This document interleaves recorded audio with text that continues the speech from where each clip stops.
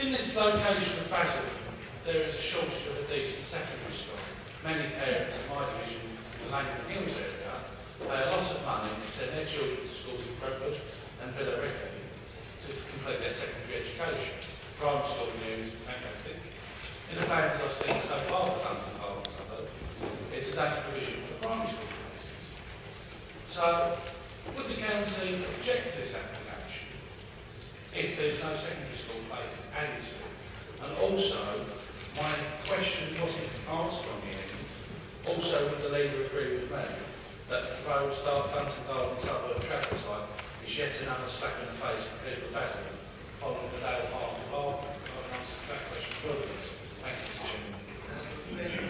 Thank you, Chairman. Thank you, Councillor Smith. Councillor Smith, the answer on the second part of your question, which is to do with the planning application in terms of a traveller site, that will be a matter for the borough and the district council to determine. Clearly, they would consult with the county council in terms of any highways issues that might arise, but the actual granting of the application would be down to those two bodies to determine that. The first part of your question, I'm sorry, I didn't catch the first part of the question you asked, so I apologise for that. Can I clarify? Can you clarify? Yes, of course. Yes. Thank you. First part of the question. Thank you, Mr. Chairman. Thank you for answering the second part. The crux of the first question is there is an issue with secondary school education in the area. A lot of parents in the Langdon Hills area of Wesley Place, which is very close to Dunton Garden Suburb, send their children to secondary schools in Billericay and Brentwood at great expense to the parents. So if Dunton Garden Suburb actually becomes a reality in 2022, in these provisional plans so far, there are no secondary school places, only a primary school. Would the county object to this Dunton Garden Suburb, or demand that a new secondary school for juniors is created? Well, I think the Dunton Suburbs issue is one which, again, is still in a very embryonic form. And indeed, in terms of the number of houses that are being potentially to be built in that area, that again would be down to the local authorities to determine the planning applications and the conditions therein. Were the houses, were that village to actually materialise physically, then very clearly the county council, in terms of profiling the population within that area to determine whether the appropriate primary schools or secondary schools were needed, they would do that work as they do it across the rest of Essex, where in fact there are many developments that are taking place and where they routinely do look at the numbers that are coming through on the basis of population changes. And indeed the comments we made earlier about the schools building programme, where we're building places for 3,000 children next year, and over the number of years, the next 5 years, something like 20,000 places, recognises the changes in the profile of house building and occupancy within the county council. So I think it's rather an issue of just as we progress around those, the county council, through its education authority role, actually determines what it needs to do in terms of building or not, as the case may be.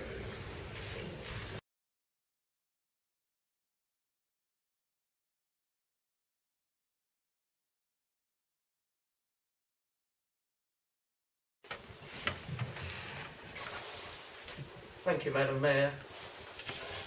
Council has considered the following areas: South Basildon, Vange; South East Basildon, Bowers Gifford; North Basildon, Note Bridge and Steeple View; South West Wickford, and South Billericay.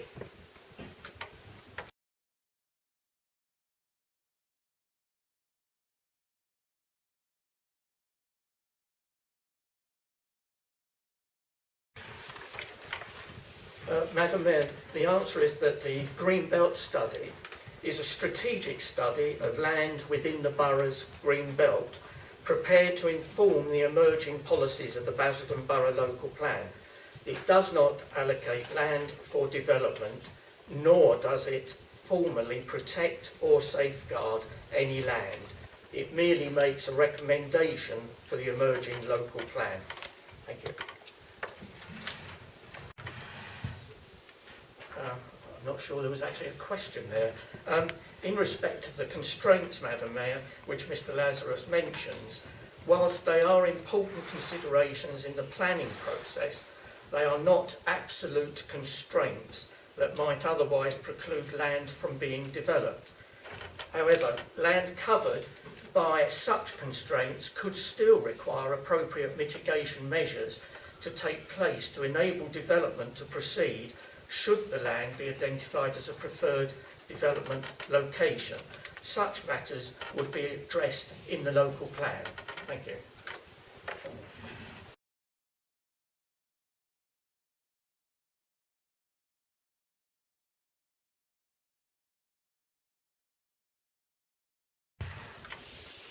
Madam Mayor, the National Planning Policy Framework does not require local planning authorities to look back to assess past delivery.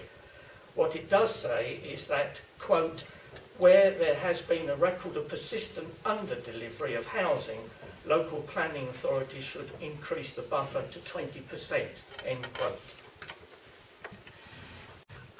Madam Mayor, we publish a 5-year land supply report, and this report is published yearly, and it is not an assessment which is trying to meet shortfall.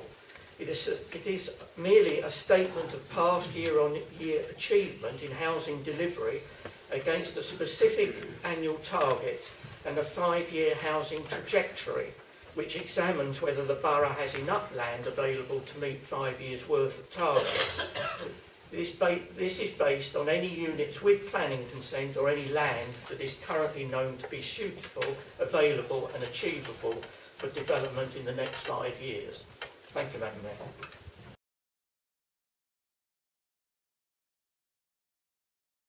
Call Councillor Moore, please, to answer the question from Councillor Taylor. Thank you, Madam Mayor. Councillor Taylor asks, can the Cabinet Member for Planning please explain how the consultation for Dunton Garden Suburb can be considered best practice? Madam Mayor, the answer is that the consultation meets the requirements specified by the local plan preparation legislation and the Council's own statement of community involvement, which guides how the Council carries out planning consultations. Thank you. Thank you, Councillor Moore. Councillor Thank you, Councillor Moore. I have to say I don't think residents feel that way, and there has been significant disquiet about the way the consultation has been handled. But I'd like to move on just slightly and say, what consultation or engagement has the administration had with the relevant transport authorities regarding the necessary integrated transport and highway improvements for the proposed Dunton Garden Suburb development? Councillor Moore.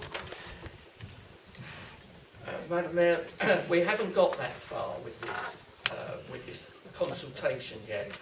This is a consultation to see whether residents think it's a good idea or a bad idea to investigate further. So it's really a memorandum of understanding between Brentwood Council and this council to explore the feasibility of the Dunton Garden Suburb. So we haven't gone that far at this point in time. Thank you, Councillor Moore. Councillor Taylor, have you a second supplementary? I do, yes. The problem is that a lot of residents feel that they're being consulted without having the full facts. I mean, let's remember that Basildon had been built for 20 years before we got the hospital and the railway line. And I think anyone who's used that railway line at rush hour knows just how crowded it is. And similarly, our hospital, one of our local residents actually waited 5 hours in A&E the other night, which was really distressing for her. This is really important, and have the council carry out any assessments of what social infrastructure will be required to support a development on this scale? Councillor Moore. The answer to that is no. The council is genuinely interested in finding out whether people think there are any merits in the idea before it determines whether it should be pursued any further with Brentwood Borough Council. In making this decision, it will need to reflect on the responses to the public consultation, any material evidence and the legal requirements of the local planning authority. Thank you. Thank you, Councillor Moore. Question 2.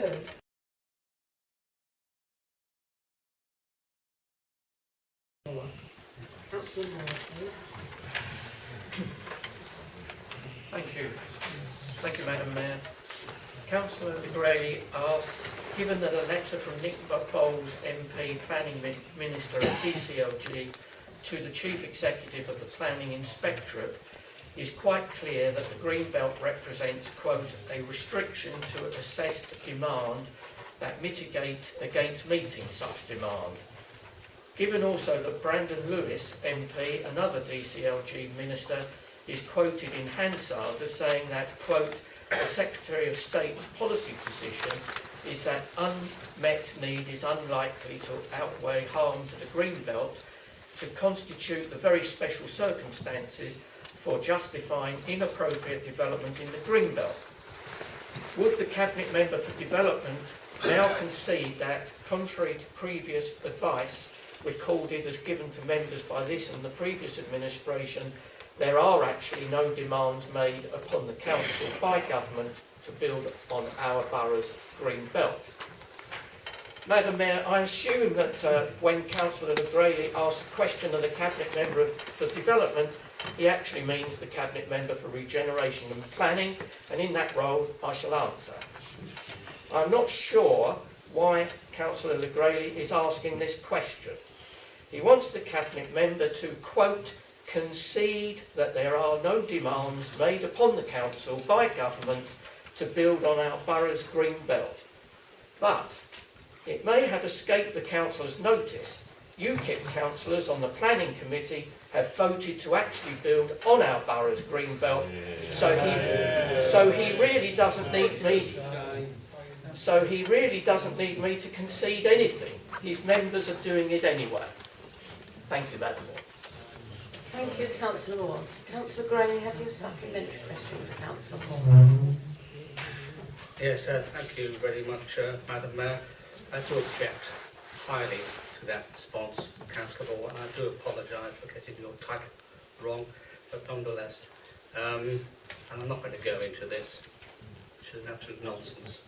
You haven't given me an answer. Nonetheless, I shall ask my supplementary question, because I know full well that there's no demand made upon this council to build on our green belt, and Councillor Moore knows it. But I was told in this chamber about 18 months ago that there was. That's the reason for the question, as well you gentlemen know. Very well. Second one.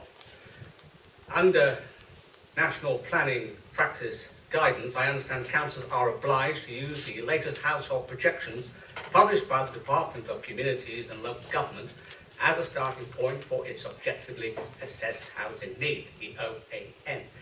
Would the Cabinet Member now agree to revise the Council's OAN based on the latest 2011 DCLG figures, I believe the 2008 figures were previously used, to further base this revision on the latest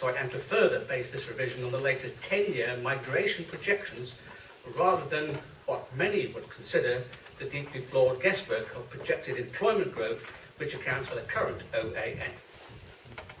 Thank you, Madam. Thank you, Councillor Gray. Councillor Moore?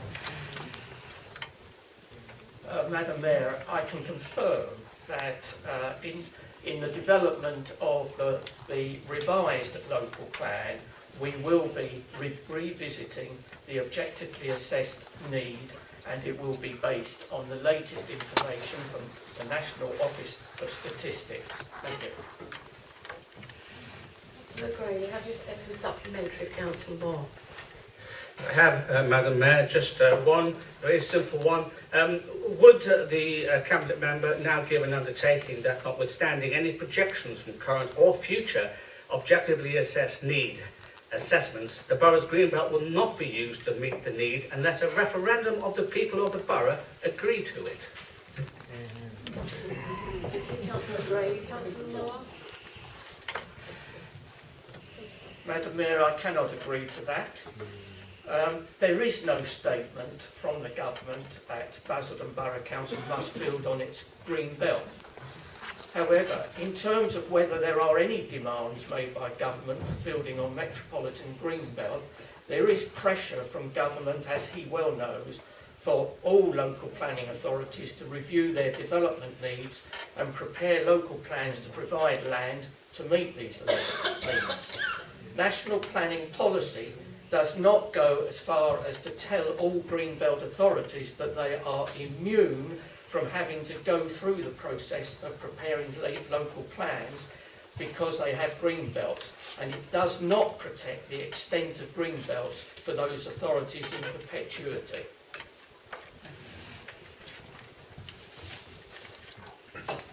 Thank you, Councillor Moore. We've run out